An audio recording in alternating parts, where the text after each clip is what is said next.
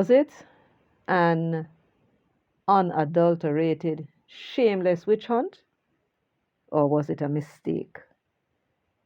They employed an overseas forensic accounting examiner to conduct an independent examination into Holness's declarations and failed to tell the Parliament what was the findings of that forensic examiner.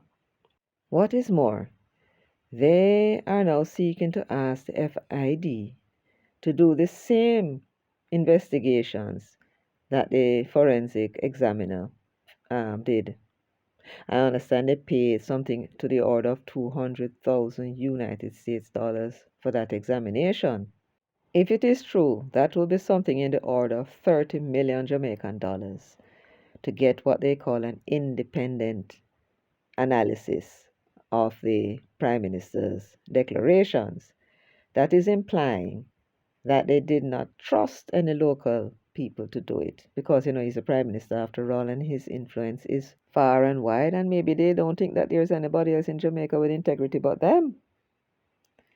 They didn't trust the FID, so they went abroad to find an expert, and now that the expert has turned up a response or answers that they may not be satisfied with, they are now seeking to go to the FID in hope, I suppose, that they will get from the FID a response that they are looking for.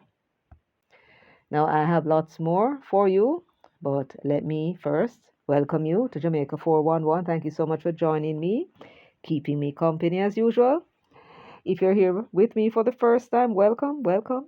Please share, subscribe, like, and leave your comments. You're most welcome. If you are my subscribers and my regular viewers, welcome back. So nice to have you. Always happy to heal you up as well as have you healing me up and leaving your comments. Of course, boy, I'm turning out so many videos these days I can't keep up. And you've been leaving lots of comments. So forgive me if you don't see I like, but I do pass through them from time to time. All right, so now that I've got the preliminaries out of the way, it's now down to business. So, what is my breaking news? Not only was there one error that we found in my previous video, I see investigators not matsing. I found another one, except this one is excessively important because this one, I do believe, explain what happened to the calculations that the Integrity Commission made, why Andrew Holness's statutory declarations, particularly the one for 2022, which is the subject of their excitement. Yes, they refer to it as unexplained net worth growth of 1.93 million. And I think I found what happened. Well, let us remind ourselves of how we got here. You will recall that this all started for Andrew Holness going downhill when they discovered that he had 3 accounts, 2 First Global Bank accounts, as well as NCB accounts that were, well, not declared in his statutory declarations of 2021-2022.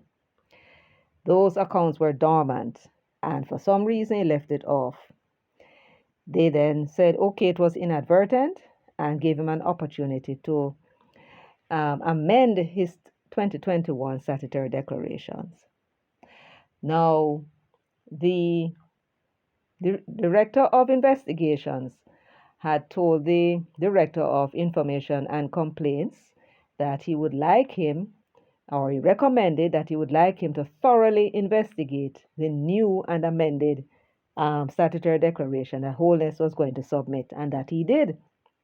When he did, he found what he called $4.4 million of unexplained growth in his net worth for that year, and it appeared to him that Andrew Holness owned assets disproportionate to his lawful earnings for that declaration period. So he naturally referred the matter to the commissioners with a request that they should refer the matter to the Director of Investigations for further investigations to see why it is that Holness's assets were disproportionate to his lawful income. They were seeking to establish whether or not there was corruption involved under Section 14.5, which is illicit enrichment. They already found that he had 4 more accounts. This is after he submitted the amended 2021 declaration. They found 4 more accounts that he had not declared. But 3 of them, he was a joint account holder with his parents, 2 accounts with his mother, 1 account with his father, and another account with a constituent. And they asked him to explain, and he did. Now, by leaving off those accounts, it meant that he had made false statements on his declaration by omission. So he was being investigated for the second time for that, as well as illicit enrichment on the basis that he owned assets which was not proportionate to his lawful earnings. And that was what started it. So, as a reminder, I am going to read for you the referral from the commissioners to the Director of Investigations so we can remind ourselves, and then we get into it. So this was what was referred to the Director of Investigations. This was what he was supposed to have been investigating. Remember, we established that the law suggested, at least in our interpretation, that he can only act on referral. So he quoted from the referral that was given to him by the commissioners. The declarant's net worth, which is Andrew Holness, the declarant's net worth was calculated based on information that was included on statutory declaration for the year ended 2021 and additional information provided by the declarant. And you remember that they had asked him some questions from the first investigation was done for false statements, making false statements on his declarations by omission when he left off the 3 accounts. All right. So they asked him some questions, and having gleaned some information, they now saying that based upon what he said in the statutory declaration, what they found out from him from the interview, January 12, I believe, 2023, net worth grew by $51.5 million over the 5-year period that ended December 31, 2021. So they are saying his net worth grew by 51.5 million. This calculation includes the conversion of income and net worth from US to Jamaican dollars, meaning to say in order for them to make the comparison, they converted what he had in his US accounts and his US bonds and so on and stocks into Jamaican dollars so that they can compare. They now said, after they've done all of that and do the comparison, unexplained changes in net worth was calculated as $4.491 million. I want you to remember that number. Write it down quick. All right. $4,491,798.43. And that they said was the net effect for the year ended 2021. Now, listen to this now. Although the declarant's net worth appeared to align with income for some years, so them not have no problem with him, the growth of the net assets of companies for which the declarants and close family members are majority shareholders and the actual contributions of the minority shareholders need to be examined further. So what are they saying?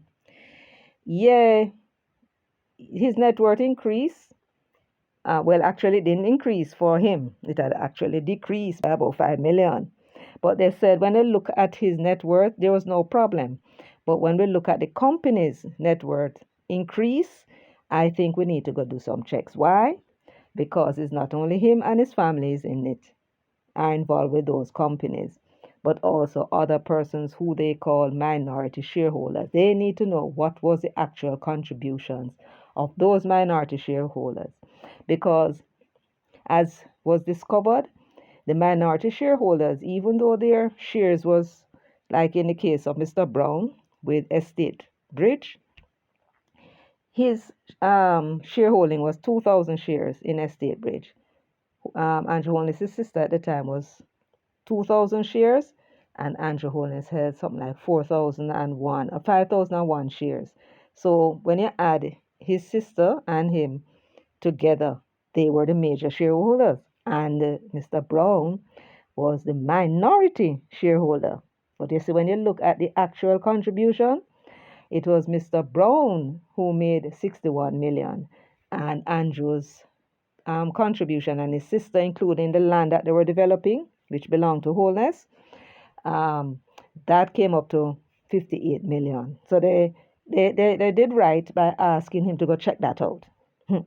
But as you can recall, he went and delved into all sorts of stuff about um, source of income and all of that. These things were checked before, him come back and ask again, and we know the story. All right. So this now is the foundation. This is where it began. Note that 4 million now. Let me note it as well. But we need to turn our attention to now that $1.9 million increase in his net worth that they said was disproportionate to his lawful income. Let us see if that is so or whether or not there was another mistake made. Now, you must remember, Imperium is the key, the monies and the assets coming from ADMAT, which was already vetted by the integrity commissions of the past as lawful, and the income and source of income would have been checked and found to be lawful. Those assets and the monies were transferred to Imperium. And what this report has done is shown that the monies, assets, and so on, liabilities that were associated with Imperium were legit. And so when Imperium invested in the other two companies, Estate Bridge as well as Positive Media, it meant that they were sourced and resourced by legitimate funds.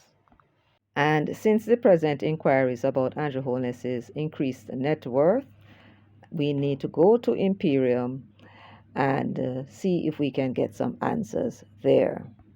You are looking at Table 8, Summary of Assets and Liabilities taken from Imperium's financial statements for the years 2021 and 2022. So the information that you're seeing here is what they extracted from the audited accounts of Imperium, prepared by the accounting firm McKinley. I do believe it's called McKinley and Associates. So what this is showing, the financial statements, that the total assets for 2021 was 278 million, and that went down to 274 million. So he lost 4 million in total assets, 4.4 million in fact. And the assets include his property in Shenstone up in Beverly Hills. The financial assets would be his stocks and bonds and so on. The investments that were made by Imperium into the sister companies, Estate Bridge and Positive Media.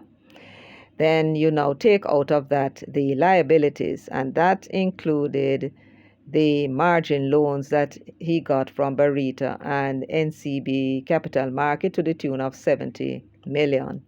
That was in 2021.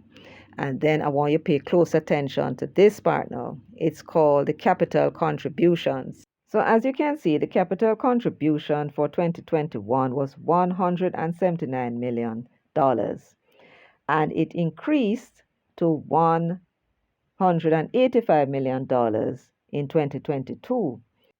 That gave you an increase of $5,946,409. Pay close attention to that, very important.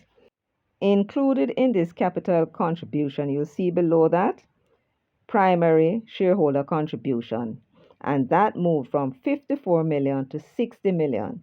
Now, who is a primary shareholder in this Imperium company? Yes, Andrew Holness. He alone is the shareholder. So this increased contribution came from him. That means he injected some capital into the company in 2022. What was that amount? What was his increased contribution? Well, when you minus the 54.4 million and change from the 60.4 million and change, the net amount you get is, guess what? $5,946,409. In other words, the increase that you see here in the capital contribution from 179.8 million to 185.7 million, and you're going to see it again. I'm going to show you, right? That increase was attributed 100% by the $5,946,409 contribution by Andrew Holness himself. Why is that important? Let me show you. We are now going to go to Appendix 2, Summary of Assets, Liabilities, and Income based on statutory declarations submitted. That is what Andrew submitted. So let me now turn to the relevant section. So this which you're looking at is under the heading Business Investments in Jamaican Dollars. And I want you to look over to the right where you see me highlight and underline it in red. That represents the year 2021 and 2022. And as you can see, there is a reference to that 179.8 million and the increase to 185.7 million. They are putting the capital contributions here and they're listing it as what? Assets.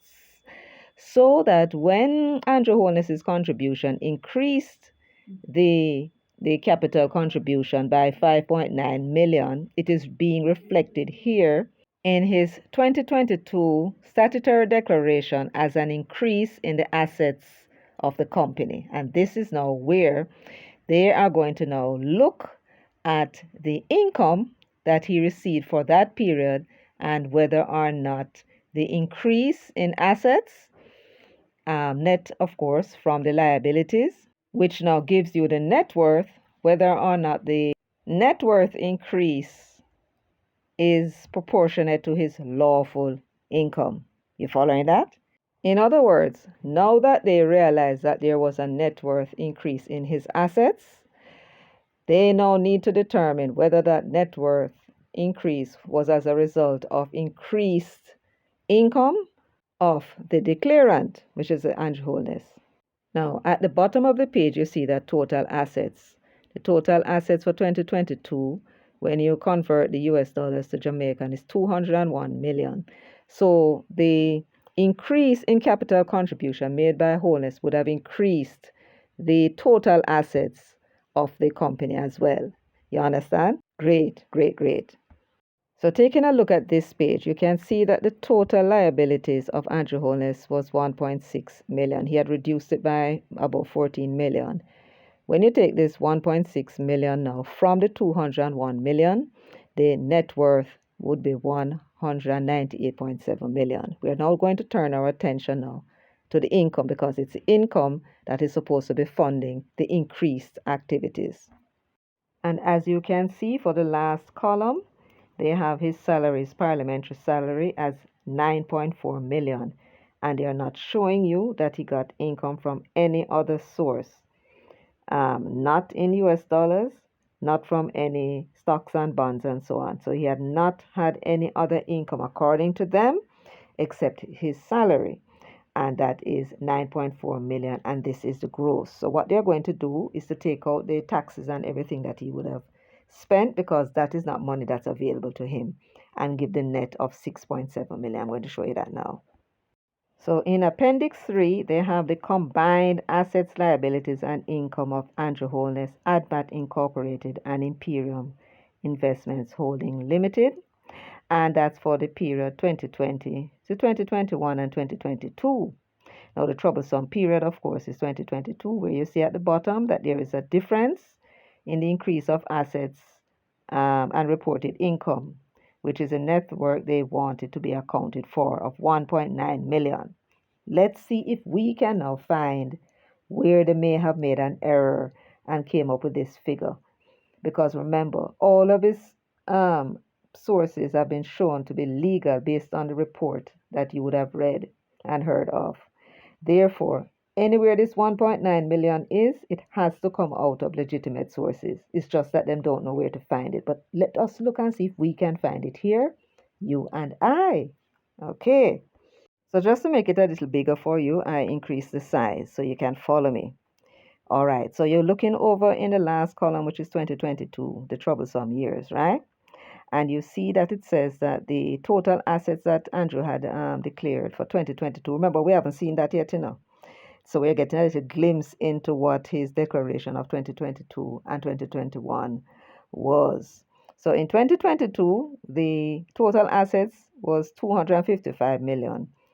You're going to minus from that now his total liabilities of 54, and that's how you got the 201 million. Everything is now converted into Jamaican dollars, okay? Now, when you minus now the 201 million from the 191 million, which was the net assets for Andrew and the companies in 2021, you take the two away, and that is how you arrive now at the increase in growth of his assets in 2022. So that was $9,454,402.98. And that was his increase in assets in 2022 over what he had in 2021. Okay. Now it is from this now they need to now know if Andrew Holness had income that covered this 9.4 million increase. Look at what they did. I want you to look now at the total income reported. Hear what I'm saying now? Total income reported by declarant in 2022, 6.7 million. That's the net of his salary. And then they added the companies. But look at what they did. They added the company's profit or loss of 758,000, which is what the company made. When you take into account the income that the company made, and take that from the liabilities, the costs and expenses, and so on, the net profit was 758,000. When they added it to his salary, they said that he had an income of 7.5 million. And when you take that 7.5 million now from the 9.4, that's where you ended up with a 1.9 million shortfall. And here is where the fatal miscalculation, I believe, took place. This is where the fatal miscalculation took place, and they arrived at this alleged shortfall, which gave rise to this illicit enrichment, which the forensic SMADI foreign couldn't find, and the investigator couldn't find. I know them a hope say FID will find it, but FID will not find it, and I can tell you now, I am calling it Mr. Hughes, Mr. Cliff Hughes. Me a call it, and me know nobody not call me blunderbuss, because I believe that we are onto something.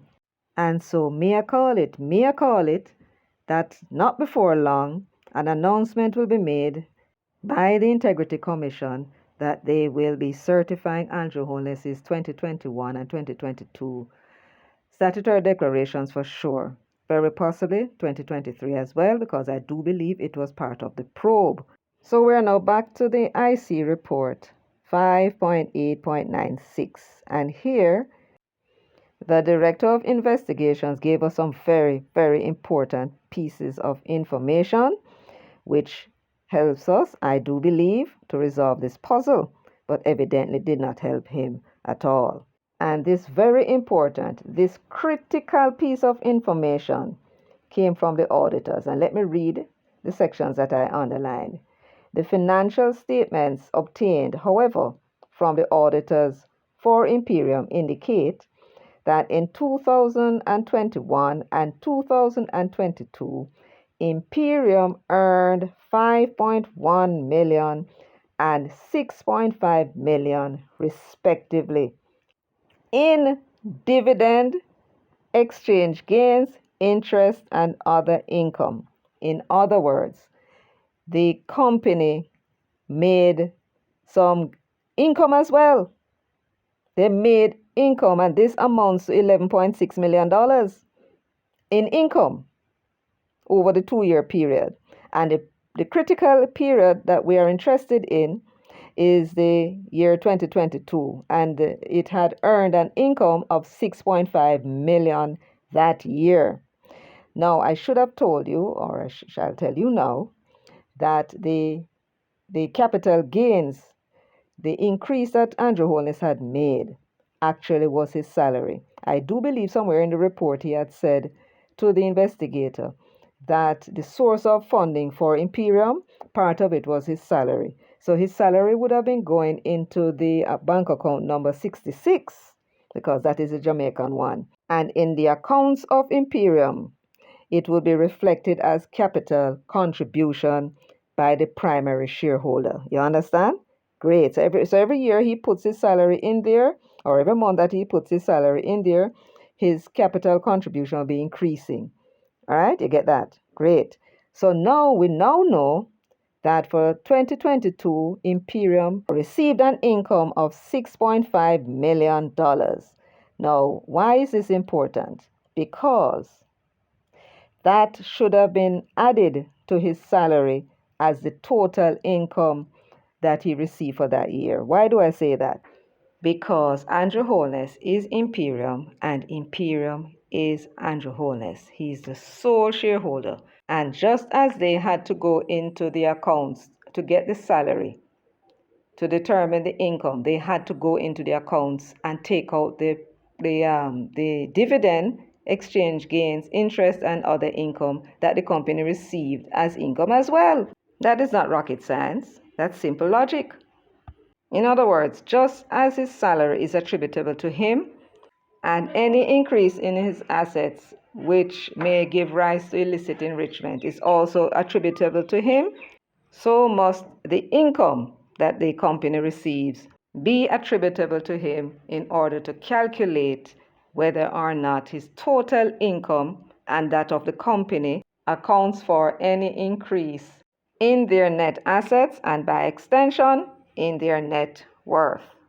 Because the purpose of this is a test. It is a test to see whether or not there is illicit enrichment, whether the assets exceeds the income. That's what it is. It's a test, and therefore you must take all of the components of the test, put them together, and then you will arrive at the truth. Because if Imperium did not exist at all, then what they would have been looking at is his salary of 6.7 million. This income that came in of 6.5 million would have been added to his salary for a total income of $13,295,295.18. That would have been his total income had there not been an Imperium, right? And all his assets, his bonds and stocks and his properties were in his name. That is what the account would reflect. And that is what would have been in his statutory declaration for 2022. Now, when you take now the net assets increase of $9,454,402.98, when you take that out of his total income, what you have is that his income exceeds the net worth increase by $3,840,892.20. When the parliamentarians are calling the IC commissioners today, and you know that all of the other persons, such as Craig Christie and Stevenson and Beresford and the prosecutor, they will all be present as well. They also need to call a chartered accountant and verify or disprove what I have said here. They should have added the earnings from the dividend, exchange gains, interest, and other income to Andrew Holness's salary to get the total income for that year for both Andrew Holness and his company Imperium. You cannot separate the two. And then they look now to see whether or not the income is less or more than the assets increase. And I need you to remember that they are looking at assets for Andrew Holness. There are still some properties in his name, and you have some properties in the name of Imperium. So it's two different assets that they need to combine in order to get the total assets increase or decrease, and therefore they need to take the income that the company is receiving as well as Andrew is receiving and add the two together, and that is how they will arrive at the total income for the year. They did not do that. The young man was confused by the whole thing, and he went and did a calculation of the net profit and then add that. And if they want to prove me right or wrong, I say to them, go back into the statutory declarations 2023 and go back to the other one from 2019, whenever you have to go, and go and apply the very same formula that you are using for the 2022 declarations by adding not the total income, but adding the net profit instead to his salary. Go and test that formula and see if every time have it that the man's income is less than the assets increase. Go and test it. Go and test it. As a matter of fact, don't just apply it to Andrew Holness's declarations. Go and apply it to anyone. Pick anyone and apply it and see if you don't have that discrepancy. So therefore, the formula was incorrect. And that was what now gave rise to this idea that there was a $1.9 million shortfall when there was not. In fact, his income exceeded the net increase in his assets by $3.8 million. This investigation is a colossal mistake. The calculations prove it so. And the fact that they went and submitted an incomplete investigation into illicit enrichment into the parliament is a colossal failure in the professional competence of somebody in the IC, and heads will have to roll for it. There is no doubt about it. Anyway, folks, that's what I have for you today. Thank you so much for joining me. Please remember to share this video, like the video, as well as leave your comments and tell me what you think. Until next time, you take good care of yourselves and walk good.